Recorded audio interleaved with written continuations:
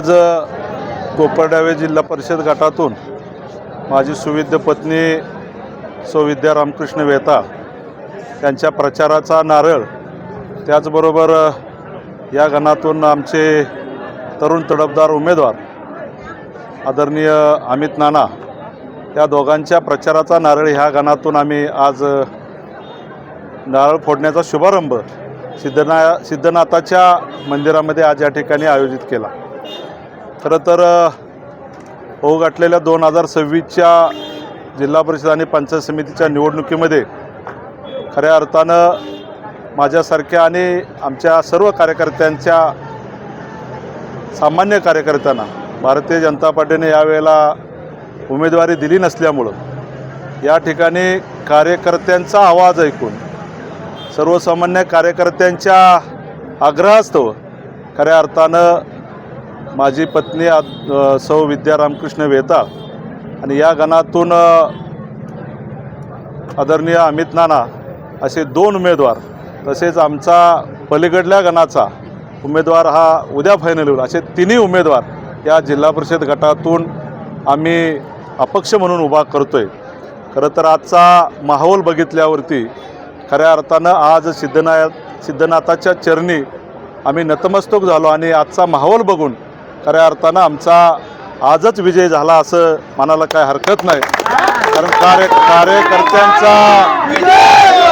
कार्यकर्त्यामध्ये असणारा जल्लोष मी सातत्यानं गेले 8-9 वर्ष या जिल्हा परिषद गटात असेल किंबहुना कराड उत्तर विधानसभा मतदारसंघामध्ये सर्वसामान्य कार्यकर्त्यांना मदत करण्याची भूमिका, सर्वसामान्य कार्यकर्त्यांचा आवाज ऐकून घेण्याची भूमिका खऱ्या अर्थानं मी गेले 8-9 वर्ष करत असल्यामुळं कार्यकर्त्यांचा खूपच आग्रह होता की यावेळेला भाऊ तुम्ही थांबून चालणार नाही आणि तुम्ही थांबला तर आमच्यासारख्या कार्यकर्त्यांची गळचेपी होते।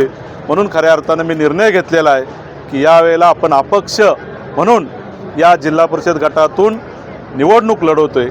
मी या ठिकाणी उपस्थित असलेले सर्व माझे कार्यकर्ते यांना मनापासूनचे धन्यवाद देईन की त्यांनी या आजच्या कार्यक्रमासाठी खूप मोठ्या संख्येनं उपस्थिती लावली। गेल्या 25 वर्षात तुम्ही कमळ पोचवण्याचं काम केलं घरोघरी या मतदारसंघात किंवा जिल्ह्यात सुद्धा, कशा पद्धतीने काय नक्की असं झालं की मला थांबवलं गेलं? काही ठराविक नेत्यांना माझ्यासारखा कार्यकर्ता किंबहुना अमित नाना असेल किंवा आमच्या अनेक कार्यकर्ते यांना या ठिकाणी नको होतं, म्हणून खऱ्या अर्थानं आमच्यासारख्या अनेक कार्यकर्त्यांची या ठिकाणी एबी फॉर्म दिले नाहीत आणि आमची तिकीटं कापली।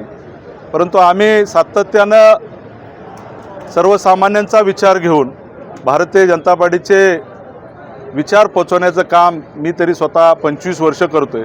परंतु मला असं वाटलं नाही की यावेळेला आमच्यासारख्या सर्वसामान्य कार्यकर्त्यांना डावलून दुसऱ्यांना तिकीट दिल्या जातील।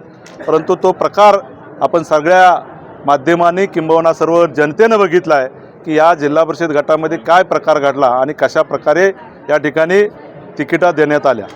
आज तुमच्या नारळ शुभारंभ केला आहे प्रचाराचा, तर ह्याच्यात भाजपच्या कार्यकर्त्यांच्या बरोबर सर्वसामान्य पण लोक तुमच्याबरोबर आहेत, काय सांगा? या ठिकाणी खरं तर भारतीय जनता पार्टीमध्ये काम करणारे इथं अनेक कार्यकर्ते आहेत, परंतु एखाद्या नेत्यावरती अन्याय किती मोठ्या प्रमाणात होतो हे गेली सलग 8-9 वर्ष माझे कार्यकर्ते बघतायत। खरं तर कार्यकर्त्यांचा हा उद्रेक झालेला आहे की आपल्या नेत्याला किती वेळा डावललं जातं आहे। त्यामुळं कार्यकर्त्यांची जी इच्छा आहे की भाऊ तुम्ही यावेळेला अपक्ष म्हणून लढलं पाहिजे, म्हणून ही आज आमची निवडणुकीची लढाई किंबहुना ही संघर्षाची लढाई आम्ही या ठिकाणी उभा केलेली आहे।